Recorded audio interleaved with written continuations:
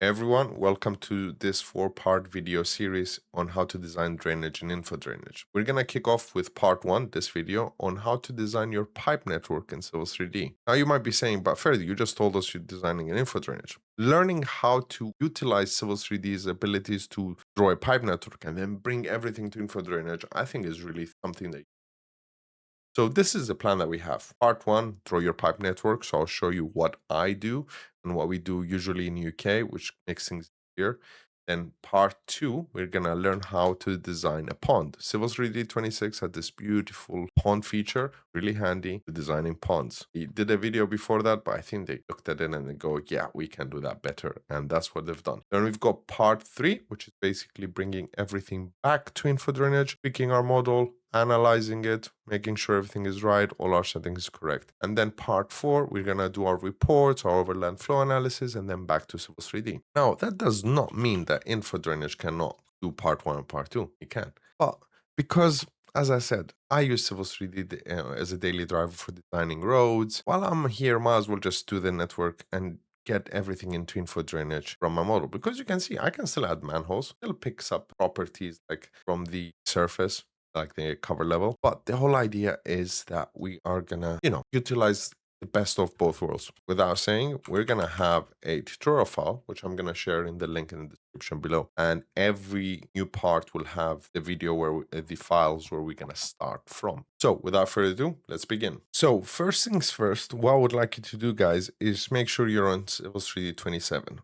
26 works as well, but 27 because we're going to use the pond version. Now, if you don't know how to do that, very quickly, just go to your Autodesk account, log in, go to your all products and services, and all you have to do is just go find Civil. Ideally, you want to get the latest one, but I think you can get the latest version. The second part that I need you to do is in UK specifically, we have the libraries, basically set find information, and we have UKIE country kit. Basically, that is a very handy country kit, let's call it, which has a lot of stuff that saves you time from redoing it yourself. So what do I mean by that? Once you download it and install it, you will get a Civil 3D 2027 UKIE. And once you double click it and you open it, you will notice that there is a UKIE ribbon and it does a lot more other stuff. But that's not the point of the video. The point of the video is this, that when we go and create a new pipe network, you can see already nice folders here, a pipe network, you can see that you've got UKIE Design Construction Guidance, which is what we're using. No longer Surfer Adoption is called Design Construction Guidance, or I used to call it SSG. But if we go Design Construction Guidance, this is going to be maybe a long video. I'm trying to keep it under 8 minutes, but let's see what we're going to do. Sewer Sector Guide. So you can see straight away that one up. And you can see it's based on C. And I'm going to leave that open here for a second because I want to show you type C manhole, type B, and then we've got type A1, A2. Bear that in mind. Now, if I go and let's say, before we start, we have an existing surface. We called it GM existing, ground model existing, and then we have a proposed surface, proposed.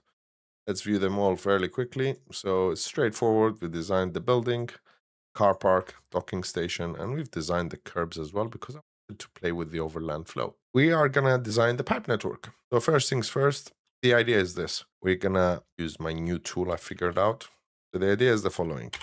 We're gonna pick up some of the roof, put them in the permeable paving, take it all, pick up the rest of the car park, take it into a pond somewhere here, grab the service yard, put it in the pond here, and then we take it out, assuming there is a manhole, existing stormwater manhole, just to keep things simple.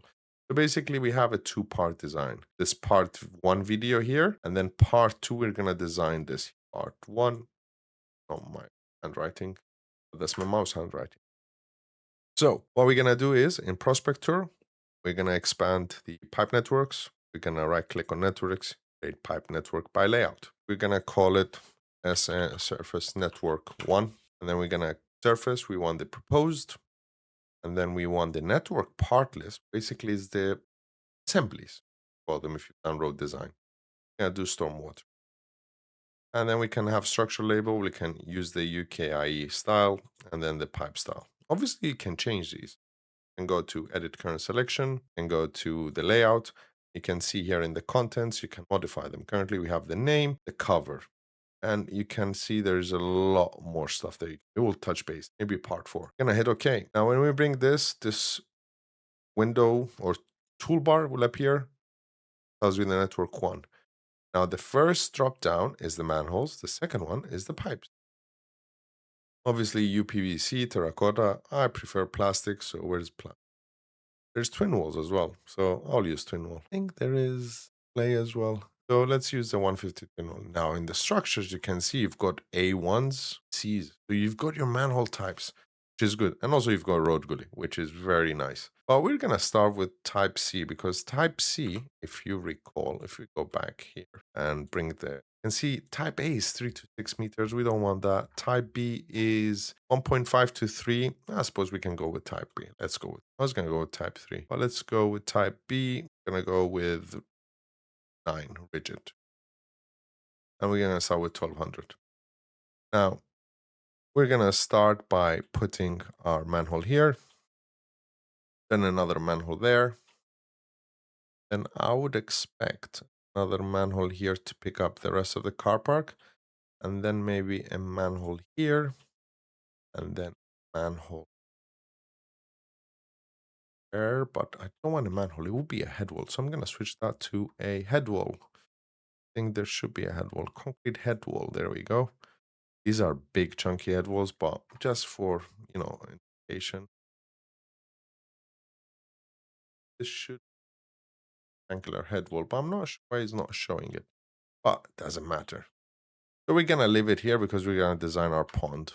And the next video, we're going to do our catchments. So, few things you need to know. These are labels. These is your pipe and this is your manhole. When you go and want to add, let's say, new pipe, you can go pipe only. And then when you hover near the manhole, you can see this little icon appears. And then when you start, you can start drawing from there. You can see it did not put the manhole here because the dropdown says pipe only. This one will be shown as a null structure. So if we delete all these and then we just go, you know what, I want to create it as pipe and structures and go back to make sure it's type B, maybe rigid 1200. And now we can add, connect. Obviously, we don't want this in our network. So if we delete these, that's all perfect. So now you can take it a step further, and what you can do is the following. If you are going to bring your CAD layout as well into InfoDrainage, which I strongly recommend because this is what you will see.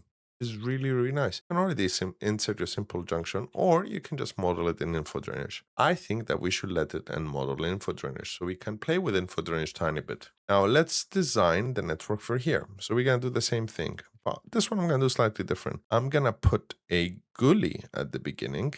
So assume, so I'm going to pretend the gully is the, how do I put it nicely? So the gully would be the bottom of the dock. And I'm going to switch it back to a type B, 1200.